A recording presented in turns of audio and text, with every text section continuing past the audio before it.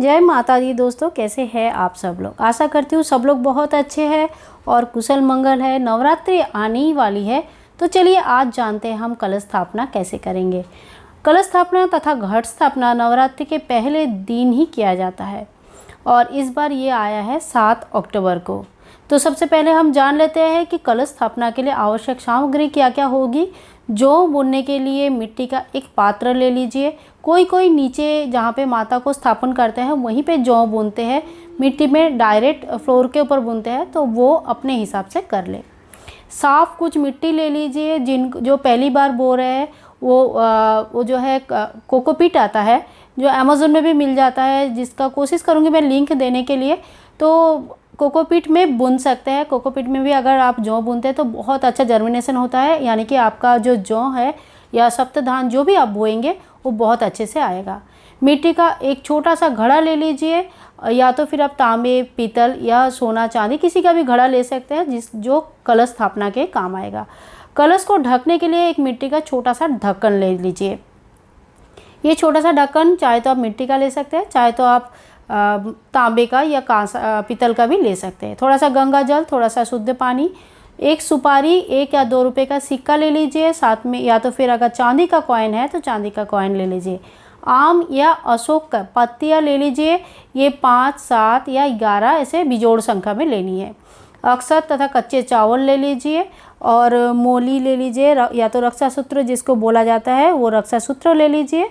ज्वार ले लीजिए और ज्वार की जगह जो ज्वारे बोलते हैं वो ज्वारे ले लीजिए। जो सप्तधान बोते हैं वो सप्तधान ले लीजिए। जो गेहूँ बोते हैं वो गेहूँ ले लीजिए। थोड़ा सा इत्र ले ले, मतलब सुगंधी ले ले, जो भी इत्र अगर सेंट जो भी मिलता है वो सुगंधी ले ले। फूल की माला ले ले, कुछ छोटे फूल ले ले, नारियल ले ले, लाल एक कपड़ा ले ले, या तो फिर लाल कपड़ा नहीं मिल रहा है तो लाल चुनरी भी ले सकते हैं। दुर्वा घास ले ले साथ में। तो ये हो गई हमारी कलश स्थापना का जो सामान हमें चाहिए उसकी लिस्ट। अब हम देखते हैं कि कलश स्थापना का विधि कैसे है। नवरात्र में कलश स्थापना देव देवताओं के आह्वान से पूर्व ही किया जाता है, यानी कि कलश स्थापना पहले करते हैं हम, उसके बाद हम समस्त देवी देवताओं को उस कलश में आह्वान करते हैं। कलश स्थापना से पूर्व आपको कलश को तैयार कर लेनी होगी। अब कलश को जो कलश है उसको तैयार हम कैसे करेंगे, तो सबसे पहले मिट्टी के जो बड़े पात्र है उसमें थोड़ा सा मिट्टी डालें, कच्ची मिट्टी डालें, थोड़ा सा हल्का सा पानी डाल के मिक्स करके मिट्टी डाल लें, और अगर कोकोपीट लेके आए हैं तो वो भी डाल लें। बहुत लोग बालू में भी बोते हैं, तो अपना अपना जो भी रीति रिवाज है उस हिसाब से कर सकते हैं। हल्का सा उनको गीला कर ले। अब जो आपने सप्तधान लेके आए हैं, गेहूँ लेके आए हैं या ज्वार लेके आए हैं, उसको एक दिन पहले से पानी में भिगो के रख दे। देखिए ये कुछ टिप्स एंड ट्रिक्स है जिससे आपका जो जयंती आएगी वो बहुत ही बढ़िया आएंगे और कोई भी जयंती ख़राब नहीं होगी। अगर आप डायरेक्ट बोते हैं, सूखा रहता है, तो उसमें से जयंती आने में समय लग जाता है कभी कभी।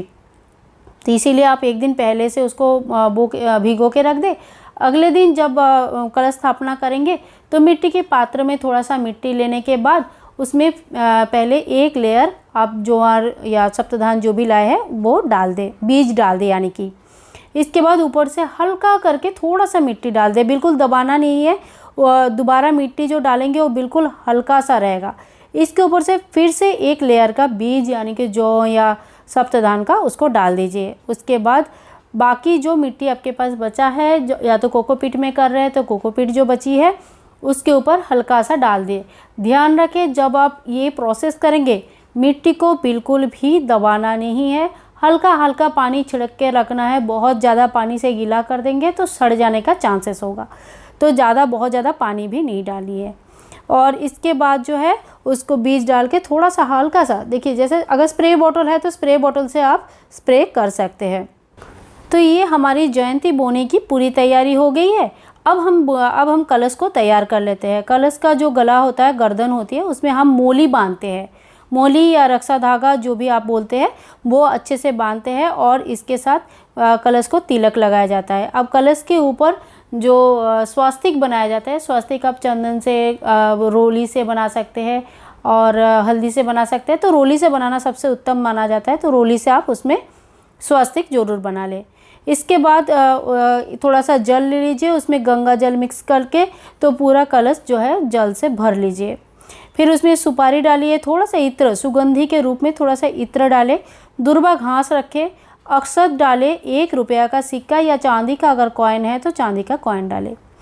और उसके बाद कलश के किनारे पर 5 या 7 या 11 पत्ते आप लगाएं।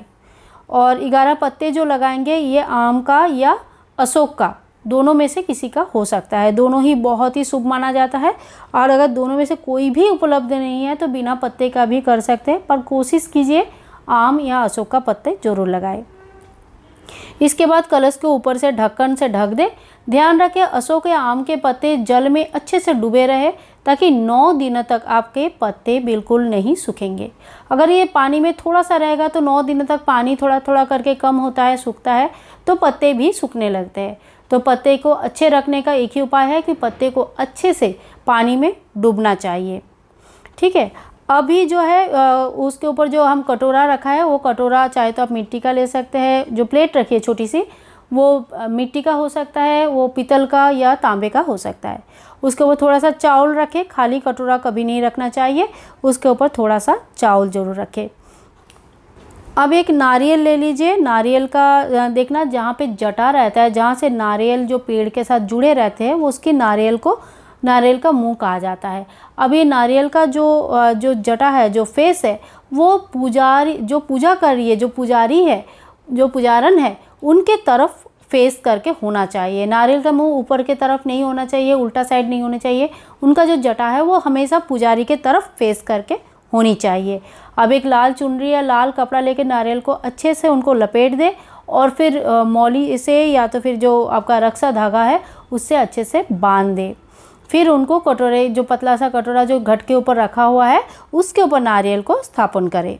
तो देखिए इस तरह से हमारा तीनों चीज़ें तैयार होगी। एक जयंती हमने तैयार कर लिया है, दूसरा हमने नारियल तैयार कर लिया है, तीसरा हमने घट तैयार कर लिया है। इन तीनों चीज़ों को तैयार करने के बाद सबसे पहले ज़मीन पे एक अच्छी जगह चूज़ कर लीजिए, जिसको अच्छे से साफ़ सफाई कर ले, थोड़ा सा गंगा जल डाले और उस जगह को साफ़ कर ले। फिर मिट्टी का पात्र उसके ऊपर रखें। मिट्टी का पात्र रखने के बाद उसके ऊपर कलश को रखें तथा कलश का स्थापना करें। और फिर कलश का ढक्कन के ऊपर नारियल को, जिस नारियल को हमने अभी तैयार किया, उस नारियल को रखना है।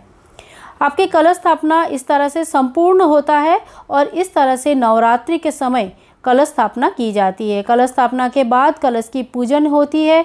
धूप, दीप, नैवेद्य, पुष्प, गंध से कलश का पूजा किया जाता है। सभी देवताओं को, गणपति देव को एवं 33 कोटि समस्त देव देवियों को इस कलश में आह्वान किया जाता है। और इस कलश में 9 दिनों तक सारे देव देवी विराजमान रहते हैं और आपका पूजा स्वीकार करते हैं।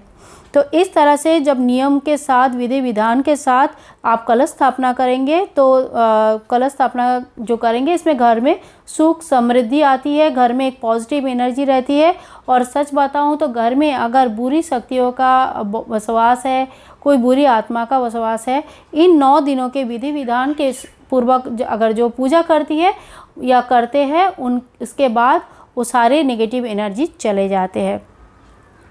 एक बात और बता दूं, जो जयंती आपने बोया है, इनको सुबह शाम हल्का पानी जरूर छिड़कते रहना। ध्यान रखें ये एक सजीव वस्तु है, यानी कि ये एक जो नॉर्मल जर्मिनेशन होता है, जो नॉर्मल पेड़ पौधे फसल आता है, तो उनको पानी की ज़रूरत होती है। तो इसीलिए बहुत ज़्यादा पानी नहीं डालना है, आपको हल्का हल्का पानी का स्प्रे करना है। चाहे तो एक स्प्रे बॉटल लेके रोज़ सुबह शाम थोड़ा थोड़ा पानी स्प्रे जरूर कर दीजिए। बहुत ही अच्छा जयंती आएगी। और जितना अच्छा हरा भरा जयंती आती है, मान्यता है कि घर में उतना ही सुख समृद्धि रहती है, घर की उतनी ही बरकत रहती है। आशा करती हूँ दोस्तों ये कलश स्थापना का संपूर्ण विधि आप सभी लोगों को अच्छा लगा है। और अगर अच्छा लगा है तो लाइक शेयर कमेंट करें, चैनल को सब्सक्राइब करके रखें और ये वीडियो ज़्यादा से ज़्यादा शेयर करें, ताकि जिन लोगों को वो नहीं आता है या पहली बार करना चाहते हैं उनको थोड़ा हेल्प हो जाए। मिलते हैं नेक्स्ट वीडियो में, तब तक के लिए हरे कृष्णा, राधे राधे, माता दी। आपके सभी का नवरात्रि बहुत अच्छे से रहे, बहुत अच्छे से कटे। माता का आशीर्वाद आप सभी लोगों के ऊपर हमेशा रहे।